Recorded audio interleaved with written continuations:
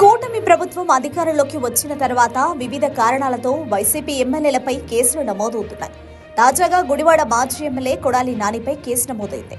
తన తల్లి మరణానికి ఏపీ బెవరేజెస్ మాజీ ఎండీ వాసుదేవరెడ్డి, మాజీ ఎమ్మెల్యే కొడాలి నాని కారణమంటూ గుడివాడ 2వ పట్టణ పోలీస్ స్టేషన్లో దుగ్గిరాల ప్రభాకర్ అనే వ్యక్తి ఫిర్యాదు చేశారు. తమ గోడౌన్లో ఉన్న లిక్కర్ కేసులను ధ్వంసం చేశారని, వాటిని తగలబెట్టారని పేర్కొన్నారు. తన కుటుంబ సభ్యుల్ని కూడా దూషించారని, ఆ కారణంతోనే తన తల్లి మరణించిందని ప్రభాకర్ తన ఫిర్యాదులో పేర్కొన్నారు.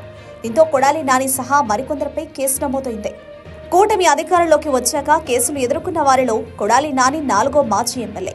ఎన్నికల సమయంలో నమోదైన కేసులో మాచర్ల మాజీ ఎమ్మెల్యే పిన్నెల్లి రామకృష్ణారెడ్డి అరెస్టైన విషయం తెలిసిందే.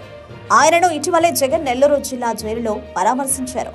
ఆ తర్వాత కోడుమూరు మాజీ ఎమ్మెల్యే సుధాకర్ పై కూడా కేసు నమోదైంది. తన ఇంట్లో పనిచేసే బాలికతో అసభ్యంగా ప్రవర్తించిన కేసులో సుధాకర్ ని అరెస్టు చేశారు. ఇక కాకినాడ మాజీ ఎమ్మెల్యే ద్వారంపూడి చంద్రశేఖర్ పై ఇటీవలే కేసు నమోదైంది. రేషన్ బియ్యం విషయంలో ఆయన అక్రమాలు చేశారంటూ ఆరోపణలున్నాయి.